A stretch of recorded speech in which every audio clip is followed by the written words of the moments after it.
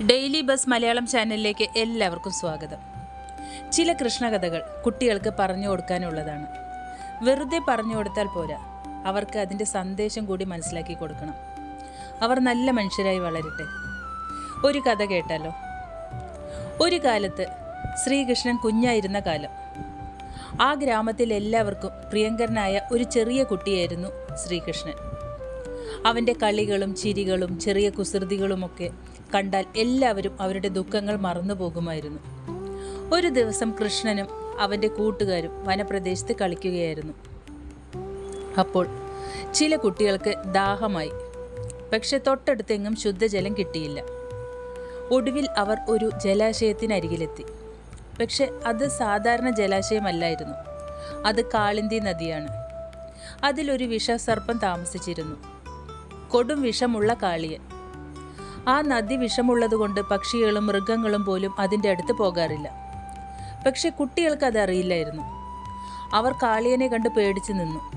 അപ്പോൾ കൃഷ്ണൻ പറഞ്ഞു, നിങ്ങൾ വിഷമിക്കേണ്ട, ഞാൻ നോക്കാം.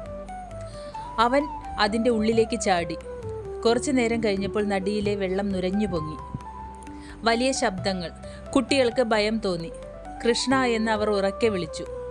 പക്ഷെ കുറച്ചു കഴിഞ്ഞ് എന്താ സംഭവിച്ചതെന്നറിയാമോ? കൃഷ്ണൻ ആ വിഷസർപ്പമായ കാളിയൻ്റെ തലയിൽ നൃത്തം ചെയ്യുകയാണ്. അവൻ്റെ ചവിട്ടുകൾ കൊണ്ട് ആ വിഷസർപ്പം അവശനായി. ഒടുവിൽ കാളിയൻ കീഴടങ്ങി. അപ്പോൾ കൃഷ്ണൻ അവനോട് പറഞ്ഞു, ഇവിടെ ഇനി താമസിക്കരുത്. ഇനി നീ മറ്റുള്ളവരെ ഉപദ്രവിക്കാതെ ജീവിക്കണം. കാളിയൻ തലകുനിച്ച് സമ്മതിച്ചു. അവൻ അവിടെ നിന്ന് പോയി. നദി വീണ്ടും ശുദ്ധമായി. എല്ലാവർക്കും ഉപയോഗിക്കാൻ പറ്റുന്നതായി. നമ്മുടെ മനസ്സിനുള്ളിലും ചില കാളിയന്മാർ ഉണ്ടാകും. ചില വിഷസർപ്പങ്ങൾ, അതായത് കോപം, അസൂയ, മോശം ശീലങ്ങൾ, അങ്ങനെ ചില വിഷസർപ്പങ്ങൾ. അവ നമ്മളെയും നമ്മുടെ ചുറ്റുപാടിനെയും വിഷമാക്കും.